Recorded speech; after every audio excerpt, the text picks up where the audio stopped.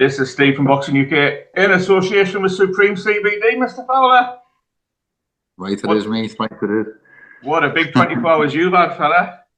How are you feeling? Yeah. You know what, mate? I was just driving around yesterday and I looked at my phone and people always ask me about comebacks and I always say I'll have a think, but I knew in my heart, mate, that it was over like last year.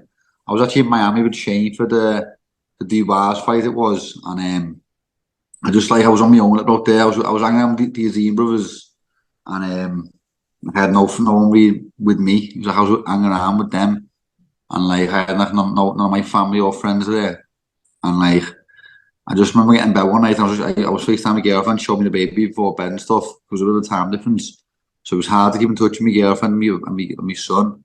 And then I had just after like one night, I just thought, you know what, I don't want to do this anymore. I don't want to travel. I might be better off like staying at home and training closer by because I can't miss anymore. My son growing up, like I was missing my son a lot.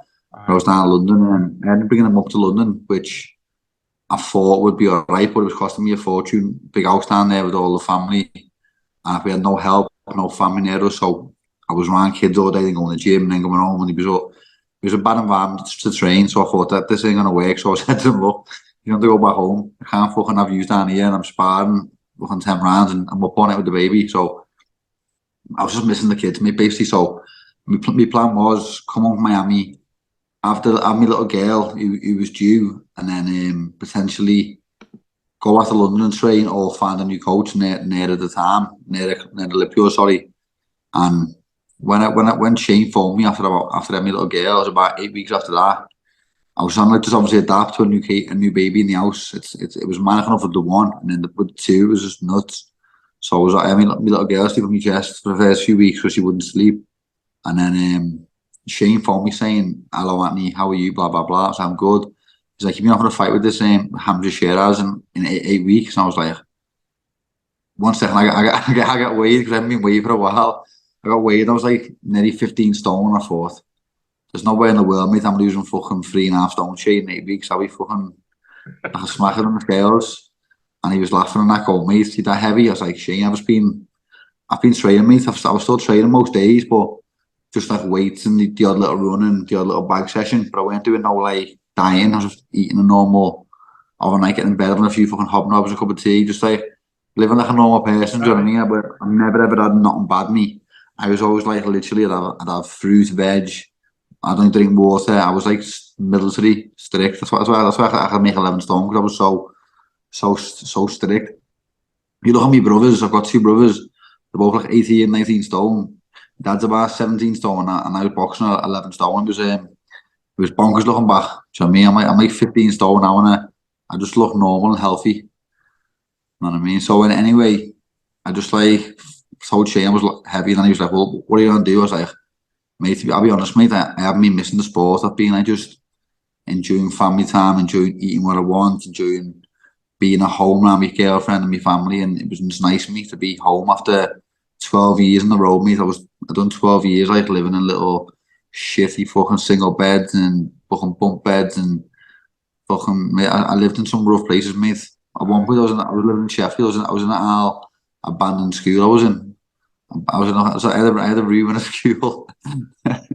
Fucking no kitchen or fuck all. So yeah, I had a good little journey, mate, but I knew the fire went there, and I thought I can't start going to England young killers who were skint, who were desperate to win, and I'm just like, I'm not in that place anymore. I'm quite comfy now. I've done quite well in the boxing. I had a lot of big paydays, and I had a lot of sponsors backing me. I had a lot of endorsements.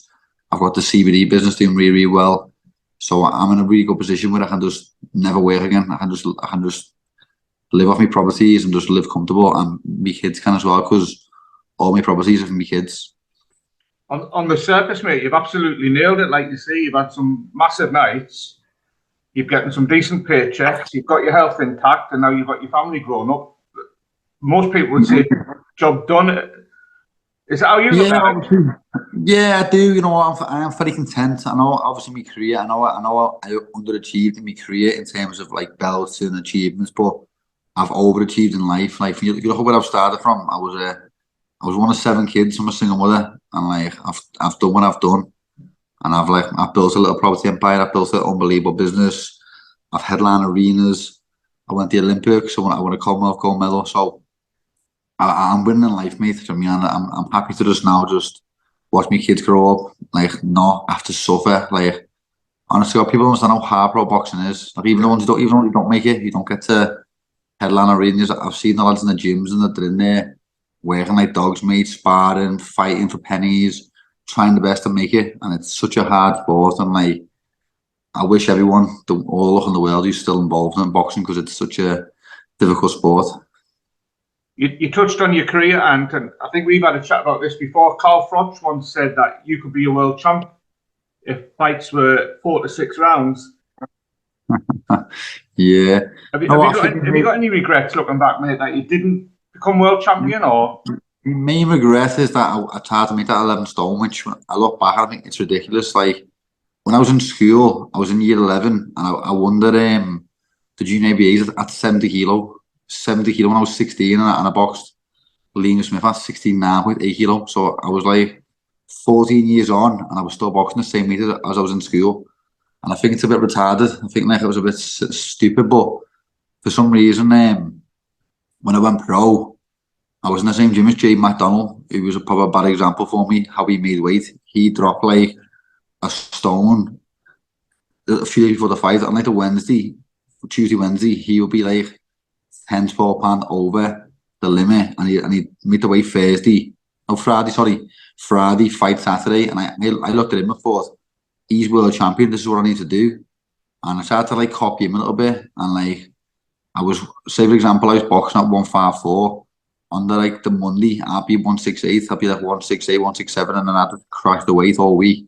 I wouldn't eat nothing. I'd go in the sauna, hot bath, sweat room, and I'd drop loads of weight, and then I'd weigh in 154, looking absolutely awful. Yeah. And then I'd fight, get in the ring like 168, 169, and then I'd think, oh, I'm big and strong, these are like smaller men, but after like 3, 4, 5 rounds, my energy was gone. And like with Liam Smith, because he's such a high quality operator, he could like push me early on, conserve his energy and make me work, and then eventually he was getting stronger, I was declining, and that's how that fight went. So after that fight, I learned like at 154, I can't do it at the top level. Like I'd never beat Liam Smith at 154. He would have beat me any time because he was such a strong, compact fighter at that weight. So I tried that fight at I boxed at 164 a few months after, and even that was hard to make. Honest to God, I still had to drop like 5 pounds the night before that weigh-in. It was still hard to make that. And then I boxed at like, what was his name? I can't remember his name, which is bad. I can't remember his name, sorry, but he had, I think he was like 13-3. He wasn't a bad lad, he'd never been stopped, he was a tough fighter. But I remember walking the ring for that fight, and like I just had no fire in me at all. Like literally, if you watch that fight back, the first few rounds, he was hitting me with absolute bombs because like I was just wearing switched on at all. I remember that, you got tagged a few times, didn't you? Playing his mate, with a good shit, he would knock me out, mate, but I had no like fight. I thought, what the fuck, what's happening here? I need to switch the fuck on here. I'm getting knocked out by this lad. So I switched on a little bit, and I managed to beat him quite comfortable. But I did say to Shane and my girlfriend, like I didn't want to be in there. I was walking the ring, like I just didn't want to be there. And then Shane was like, you need to switch on, mate. You shouldn't have your girlfriend in the changes. And I was like, yeah, fair enough. So I put it down to me girlfriend meeting backstage me for the first time, and like I was too calm, I was too relaxed, but I think the fire was kind of gone on me a little bit. Like I just I'd done it for so long, and I don't know, it's hard to describe. Like I think you can just lose the passion just overnight. It's not gonna happen to me overnight. I was so driven, so disciplined, and then all of a sudden I was like, I don't want to do this anymore. I want to do something fresh and like start a new chapter in my life. And the Liam Smith fight was the last big fight that you had. If you'd got through that victorious, what was the plan? Eddie was saying, obviously, chatting world title shots to me. Obviously, that was the step before. He was like a proven world-class fighter. If I could have beat him, I would have been not far from a world title shot. I'm not sure who I would have fought, but I know what I was half. It might sound crazy, mate, but I'm half glad that I lost that fight in a mad little way, because I think I could have got Sergi Hayes at that weight, me at that 154. Yeah. I always say to me, if my mate and me partner, like I'm round 5, he hit me with the right hand, and honest to God, it was like a right hand from like, it was literally had my brain spinning around. It was when a normal pain that he hit me, when he hit me clean, and I feel just all like losing all that weight and dehydrating my brain. I think that's how people get put in comas and people get seizure head, and like it was a normal pain. I think he actually hit me, and I was knocked out. I hit the floor. The floor woke me up, and I thought, what the fuck? I have shit myself.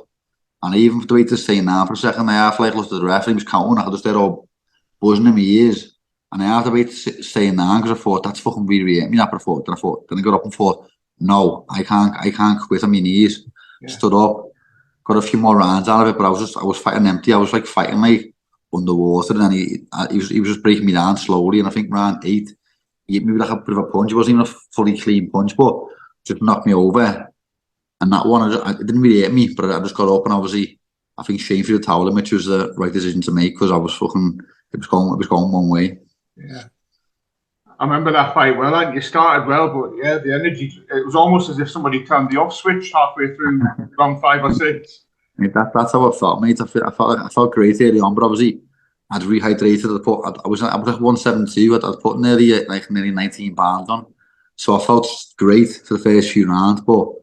It's a 12-round fight, mate, and I couldn't, at that weight, I couldn't do 12 rounds. Against that post kid, I done 10 rounds, it was easy. I wasn't breathing after the fight, but obviously it was a lot different fight. It was a lot more, I was dictating the pace, where in that fight I wasn't, but at like 160, 168, I would have been a better fighter, 100%. Can I ask you, has Eddie been in touch, Ant, either since your last fight or since you've announced your retirement? No, I've never really spoke to Eddie one-on-one. It's always through my coaches, always through Shane or Dave. And I think Shane probably said, look, Bar's having a break. He's had another baby. He's just had one baby, he'll have another one. Like having 2 kids in 11 months, it was a mad experience. Like my girlfriend was going loopy on me. She was pregnant with my little lads fucking up the wall. Like little crazy kids. I've brought like that hypo kids to me. So she was really struggling. Then I was down in London with her heavily pregnant with a newborn baby just on our own. It was just a lot. It was a lot. It was a lot to do. Do you know what I mean? It was like for the first time in my life, I had to prioritise my life over my boxing. It was always boxing. And when that was involved, it was like I was trying to like balance my life out. But I just think if you're a fighter, like you need to be all in. You can't have no distractions at all. And like having a baby and a pregnant girlfriend around you in camp, it's not going to work. Can I ask some quick fire stuff on your career, Ant? Go on, mate, of course. What's your best night in boxing? You know what? As an amateur, it was probably qualifying for the Olympics or winning the Commonwealth Gold. And as a pro, beating Brian Rose was good for me because I was against Fitzgerald. I was like stupidly over cocky and overconfident. I was at that point I was going around all gyms. I was sparring world champions, getting the better of them. And when I was boxing, I was knocking them out dead early. No one was really hitting me back. And then I lost that fight. It was a proper anticlimax. Like I didn't for 1 second thought I could lose the Scott. I just thought it'd be an easy fight. I didn't even like the day of the fight. I was just going around with my mates and booking like nightclubs and acting like a dickhead. So that fight was a bit of a probably like hurt me. That fight. It was a bad loss. And then I got matched hard. After that, I went into a fight with Brian Rose, who was experienced boxer, world title, was a British champion outright. He was older, but he was still experienced and still capable. So when I boxed him, there was like a lot of pressure on me, and like, I felt the pressure for the first time in my career. I was never nervous about any fight, but that was the one time I was nervous. Because I thought, if he beats me now, I'm fucked here. Where do I go? Yeah. Because we boxed it. I think it was 157 or so. It was a bit heavier, 156, but I felt better that weight. He had an extra 2 pounds on me, and I thought I beat Brian quite well. I was always like in control, but I didn't want to exert myself because I was a bit in the back of my mind thinking, don't gas out, just get the win. So I just sat behind my jab, and I think I won the first 8 rounds quite comfortable, and then round 9 he caught me with a headbutt, and my eye was bleeding, and it went to a bit of a war the last 2 rounds, but it was quite a controlled performance, and I done the 10 rounds quite well. So that was more relief. So I did enjoy that night. It was like a main event as well. And then obviously when I won, it was like thank fuck for that. I remember seeing you in the changing rooms afterwards, mate, and you were buzzing with Dave. Was Scott the low point? Yeah, I'd say no, I thought it was, but it was also good learning curve for me because it got me back down to earth. Like I don't care who you are, if you turn pro like me, all the Olympic background, all the hype, everyone's throwing money at you. You're getting fucking 50 grand signed on, fucking fights, blah blah blah. You're getting all big money through at you, and then everyone's up your ass, and everyone you box, you hit them, they go down. You go around the gyms, you got world class coaches giving you pure credits. Yeah, you're gonna be a world champion. This and that. It goes to your head. I don't care who you are. Like I was always very level headed. Me, and I always thought, you know what, I won't believe you on hype. They're only journeyman or whatever else. But it just happened to me. I went a bit too cocky, and then that fight was like a proper like reality check. I thought the next day, when I woke up the next morning, it was like it was a bad dream. Do you know what I mean? And I couldn't go nowhere. Everywhere I fucking went, I'd see some country mention the fight. I thought I walked my dog. Everyone was saying, "Oh, unlucky last night, lad." And I thought, "Fucking hell!" I thought, "Leave me alone, you couldn't let me fucking just walk my dog." Do you know what I mean? It was an hard one for me to swallow, mate, but and it was going oldie, didn't do me oldie at all. Yeah. I want to get back to the gym and make it right, and I wanted that rematch badly. Like, you know what? I give Dave Colwell his due, mate. After that fight, Dave said to me, "Look, you need to move up." He went, "You're fucking knackered for a few rounds. You had to fight an empty. And in the gym, you're doing 8-10 rounds of Troy Williamson on a pure high pace. Me and Troy were having wars for like 10 rounds, high pace, but really, really fit I was. And then when I made that weight against Scott, I never had the energy, and I was just wrapped a bit. Do you know what I mean? And like Dave did say, you need to move up, but I was like, no, I can make it. And he's like, it's one thing making it, means it's one thing performing. So Dave said to me, your next fight is at middleweight. And then when the Brian Rose thing popped up, it was like catch weight 156, and then I beat him, and I thought, oh, it's only £2. I'll box Harry Scarf, but every time I boxed at 154, I was always very flat. I think I boxed Scott, Harry, and Liam at 154, and I lost to them. I was always like really, really flat. Even when I boxed Harry Scarf, I boxed absolutely shit, awful. If I boxed Harry Scarf in the amateurs at 75 kilo, I would have walked through him, probably stopped him in a few rounds. But in the amateurs, in the pro, sorry, at 154, it was a big ask for me. Who's the nicest person you've met in boxing, and? You know what, mate? That's another question. I was thinking about this the other day. You know what? I always love Fraser Clark. I think Fraser Clark is the proper lovely fucking gentle giants. But as a pro, probably Jordan Gill's a lovely fella as well. Jordan Gill and CBS are probably like two of the nicest guys in both teams. Like, they both love. Like, I text CBS today. He texted me saying like, "Congratulations, mate. You're an Olympian. You headline arenas. Be proud." I was like, "Yeah, I'm a listen, mate. I am proud of what I achieved. I done my best. That's all I could do. I said to them, we can't all be world champions. I want to be a world champion. I wasn't good enough. I can live with that. We can't all be world champions." Do you know what I mean? But I say CBS and Jordan Gill, but two of the nicest lads. You don't have to answer this one, Anne, but who's the biggest bellend you've met? You know what, mate? I posted that how hard Dave was, you know, but I half like I half want him to win this fight against this Rolly. I don't know what it is. I just think he's changed a little bit as well. I think he's like went pro, same as myself. Got a bit hyped up, talked a bit of shit, believed his own hype, and he's had to like come in a low point in his career. He's kept working, and he's now got a world title shot. So I actually want him to win. So even though he was a bellend, he's actually turned me around, and I hope he wins that fight. Yeah, I have to say, I've interviewed O'Hara a few times and met him ringside without the camera, and he's actually a really nice kid. And I think he said something years ago about the son or something like that, but it got put out of context, and people associating with Liverpool, and I half took it wrong. It was like, "You cheeky little cunt." And I think when I look back at all the stuff and someone showed me, I thought, you know what? He was talking about the son sponsoring Tommy Curley. We ain't talking about nothing to do with Hillsborough, but because everyone like made the connection, he ended up losing his fucking matchroom contract and everything over the road. Do you know what I mean? Because obviously Eddie's always got a big fan base in Liverpool. Out of respect for Liverpool, I think he just fucked him off. But I think it wasn't to do with it, nothing to do with Hillsborough. He probably doesn't even know what that is. He's probably not even a football fan. No, it didn't. So what's next, Mr. Fowler? Obviously, everyone's going to say the CBD. Yeah. No, what made that big? Any meat to the bones on that? What are you going to do for the next 20, 30 years? No, what, mate? It's the CBD's fucking. It's on Sky. It's gone like melon. Like, it's like literally. When I stopped fighting in May, I said, you know what?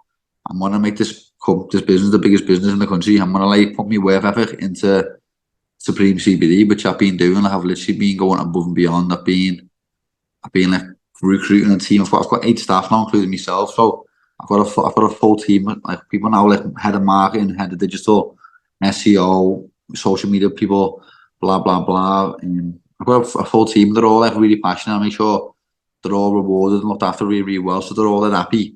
And like we're growing stupidly fast. We've got like Matt Letizia, who's just been, I've been trying to get involved for a while, but he's very skeptical. So when I approached him about the CBD, he was like, I don't need that, blah blah blah. I was like, look, Matt, just try it, mate. I promise you now, you'll see benefits eventually. And he was really hard to like convince, because you know the way he is, he's fucking very skeptical. His wife was saying he won't even have paracetamol, he won't take no tablets or nothing. So in the end, he tried. He was like, mate, I can't believe it. He went to my elbow and my knees are feeling better. I was like, mate, I did tell you. And then I was like, look, Matt, yeah, with your profile, you help a lot of people, mate. You've got a lot of followers. They all trust you. They all believe in you. And then he's now sending me messages of his friends saying, mate, I've never slept that good in my life. I've had 8 hours sleep. I can't believe it. And he's probably like getting bang into it now. He's like probably on it now, mate. So a few more people like him, mate. I'll be retired in the Bahamas. Well, you know that I swear by it, and no, you always buy yourself, don't you, mate? I always say that I give you it for free, but you still buy it. I know. And can I end with a funny one? Have you got a funny or a comical story that you can share with us from your career? You know what, mate? There's probably loads, but they're probably not appropriate for the interview. You know what I mean? A lot of them are boys will be boys, mate. But yeah, I can't even think. You know what? I think this is a funny little one which make you laugh. Fucking when we were in Japan for Jay McDonald against a new way, he was struggling with the weight. He was on death's door. Like I said to you, I watched him and thought he was a good example, which he wasn't. But he was in a hot bath and he was losing fucking kilos and kilos, and he was in there for like an hour and a half, in and out, and he was starting to die in the end. And then I think Dave and I went downstairs for some reason, and just me and him. He went to me, and fuck it, I'm not making the weight, I'm fucking dying here, lad. Blah blah blah. Get me out of the bath. So Jamie's fucking lying there, his fucking dick's about that big, like a little fucking prawn. And I went to him, Jay, put your fucking cock away. He went, fuck it, bro. He went, make him wait, proud out the window, mate. It was like fucking a little prawn. He went to me, it's normally bigger than that, because I'm dehydrated.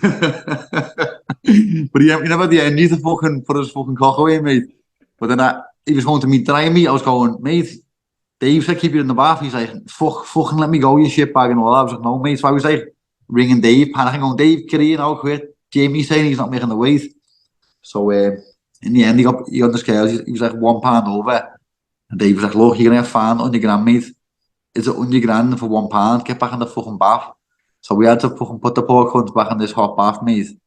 And then I had to carry him the scales, mate. He was that bad. I had to carry him the scales. And like, it's a horrible feeling. Yeah.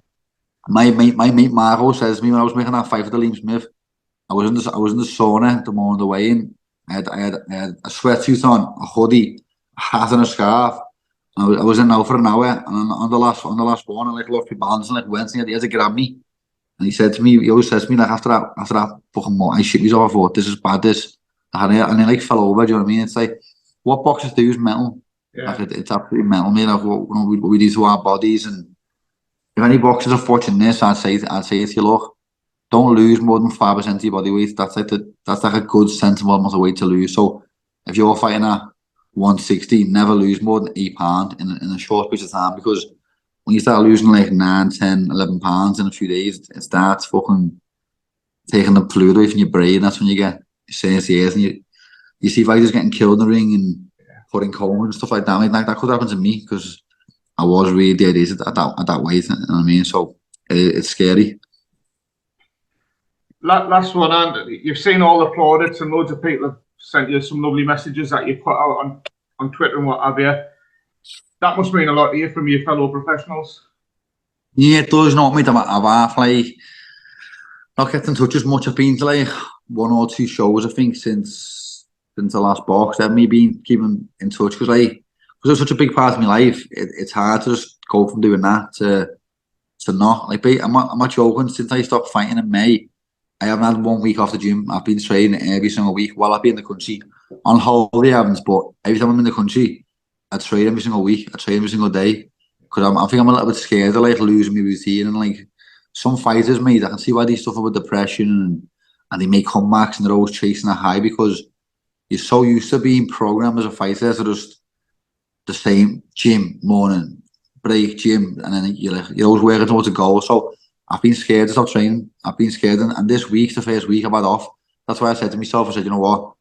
I need to just announce this retirement, get off my chest. It's on my mind a lot. I'm playing it in my head how I'll retire. And I thought, you know what? I'll just do a little post saying, oh, thanks everyone. I thought I'll speak, I'll explain to everyone my reasons why. I'll thank people who've helped me because you're only as good as your team. I've had a lot of good people around me, especially the amateur coaches. I've got so much respect for amateur boxing coaches because they're not getting paid. Yeah. Like Shane, Dave, I'm giving them good money after my fights where amateur coaches, they're not getting a penny. They're just doing it out of the goodness of their art. They're trying to give back to the community, to the salt of the earth. Like, so much respect for people who take time. I couldn't do it. I couldn't like go to work all day, go home, go straight to gym, train other people's kids. I want to be with my own kids. I want to be with my own partner. I want to be with my family. So them people who take the time to go and help others, like, I've got so much respect for them all. Good man. And can I say congratulations on a great career? I know that you say that you've underachieved in your head, but I think 99.9% of fighters would love the career that you've had, fella.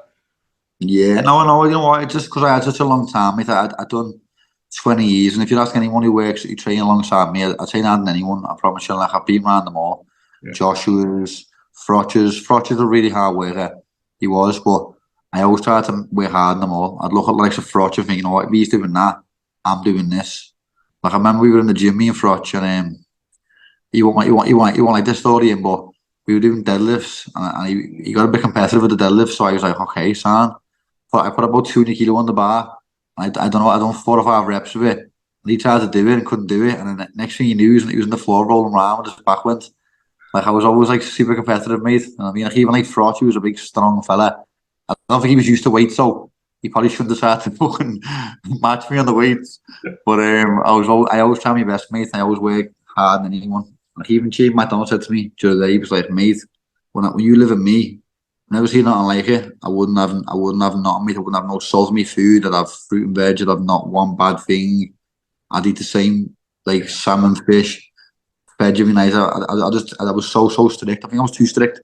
That's probably why I ballooned up now to fucking heavyweight.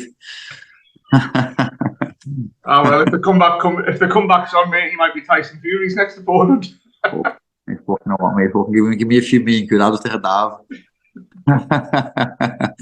And obviously, I can't have an interview without thanking you for sponsoring the channel as well, fella. I can speak from personal experience. You're a top man. Thanks, mate. No, listen, I've always liked you, Steve. You've always been a really good guy, mate. And if I can help someone and I like them, I will. I've helped a lot of people in my life, and I don't regret helping no one who's a good person.